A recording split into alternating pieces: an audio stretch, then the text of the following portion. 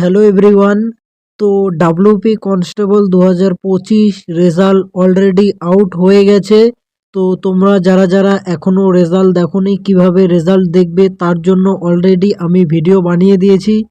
তো এই ভিডিওটাতে আমরা আলোচনা করব রেজাল্টটা দেখে তোমাদের কার কি মনে হচ্ছে যে রেজাল্টটা কেমন হয়েছে, অ্যান্ড তোমাদের কাদের কাদের নাম এসেছে অবশ্যই কমেন্ট করে জানিয়ে দেবে কারা কারা পাস করেছো। আর অনেকেরই মনে হচ্ছে যে হাই কাট অফ গেছে, তো তোমাদের কি মনে হয় এটা কি মানে হাই কাট অফ না কি মানে কাদের কি মনে হয় অবশ্যই কমেন্ট করে জানিয়ে দেবে। এবং যে তিনটা প্রশ্ন বাদ দিয়েছে তাতে মানে কতটা ইফেক্ট পড়েছে রেজাল্টে সেই বিষয় নিয়েও আজকে আলোচনা করব এই ভিডিওটাতে। অ্যান্ড এই হলো পিডিএফ যেখানে তোমরা যারা যারা পাস করেছো তাদের নামটা দেওয়া আছে এখানে। তো এখানে তুমি তোমার রোল নাম্বার বা নাম সার্চ করলে ডাইরেক্ট এখানে চলে আসবে, তোমার নাম কত নম্বর সিরিয়াল নাম্বারে আছে সেটি এখানে দেখতে পাবে তুমি।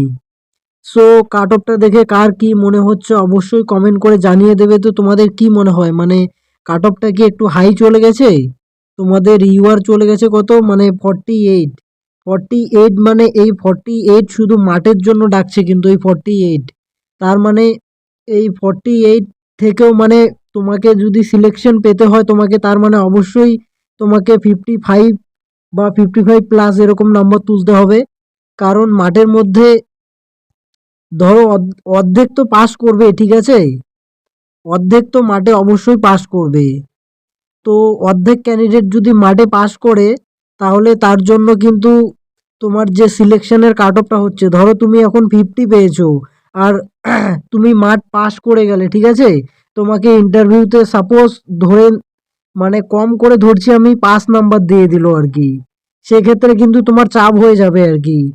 মানে 48 এই মাঠের জন্য ডাক পড়েছে মানে তোমার, আমার যেটা মনে হয় আর কি, তোমার যে মেন সিলেকশনের কাট অফ সেটি কিন্তু তোমার 60ও যেতে পারে, এই ইউআরদের কথা বলছি আমি।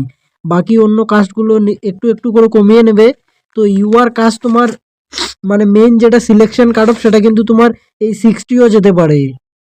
সেক্ষেত্রে যারা কিন্তু এই জাস্ট মানে বাউন্ডারি থেকে কাট অফ ক্লিয়ার করেছো, এই 49 বা 50 পেয়েছো, তো মানে তারা কিন্তু মোটামুটি চাপের মধ্যেই আছে আর কি। তারা হচ্ছে ইন্টারভিউতে তোমার 15 নাম্বারের মধ্যে কিন্তু তোমাকে 10 প্লাস স্কোর করতেই হবে, প্লাস সেই সাথে তোমাকে আগে মাঠটা ক্লিয়ার করতে হবে।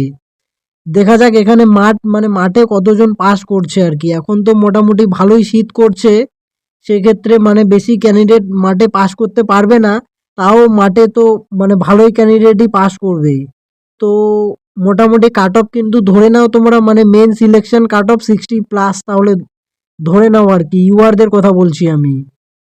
তো যারা যারা পাস করেছো তারা তারা অবশ্যই জোর কদমে নিজের প্রস্তুতি চালিয়ে যাও মাঠের জন্য। আর এই মানে আর একটা পয়েন্ট মানে অনেকেই কিন্তু মানে বাদ চলে গেছে আর কি, মেন অনেকেই মানে কাট অফ গেছে ধরো 48, অনেকেই 47 পেয়েছে। মানে এক এক নাম্বার হাফ নাম্বারের জন্য অনেকেই বাদ পড়ে গেছে। অনেকের আবার যেই তিনটে প্রশ্ন মানে মাইনাস করে দিয়েছে সেই তিনটে প্রশ্ন অনেকেরই মানে ঠিক ছিল, তাদের হচ্ছে 3 নাম্বার নেগেটিভ হওয়ার কারণে কিন্তু তারা মানে কোয়ালিফাই করতে পারলো না আর কি। তো কাট অফ মোটামুটি কিন্তু যথেষ্ট ভালোই মানে হাই কাট অফ বলা যায় আর কি। যেরকম ধরনের প্রশ্ন হয়েছে অনেকেই বলছে মানে কাট অফ অনেক কম যাবে, সেক্ষেত্রে কিন্তু ভাই অনেক কাট অফ অনেক হাই চলে গেল আর কি। অনেকের মানে এক্সপেকটেশনটা ভেঙে দিয়েছে আর কি। সো কাট অফ যথেষ্ট ভালো গেছে। যারা যারা পাস করেছো তাদের কংগ্রাচুলেশন, এবং যারা যারা পাস করোনি তারা নেক্সট যে কেপি কনস্টেবল আছে সেটার জন্য একদম জোর কদমে লেগে পড়ো। দেন যারা মানে যাদের যাদের কেপি কনস্টেবল যারা দেওনি তারা মোটামুটি নেক্সট ইয়ারের জন্য এখন থেকে ভালো করে প্রিপারেশন চালু করে দাও, কারণ এখন কিন্তু দেখতে পাচ্ছ প্রশ্ন একটু কঠিন হলেও কাট অফ কিন্তু ভাই ঠিকই মানে ভালোই হাই চলে গেছে আর কি। 48 মানে কম না, কিন্তু এটা মাঠের জন্য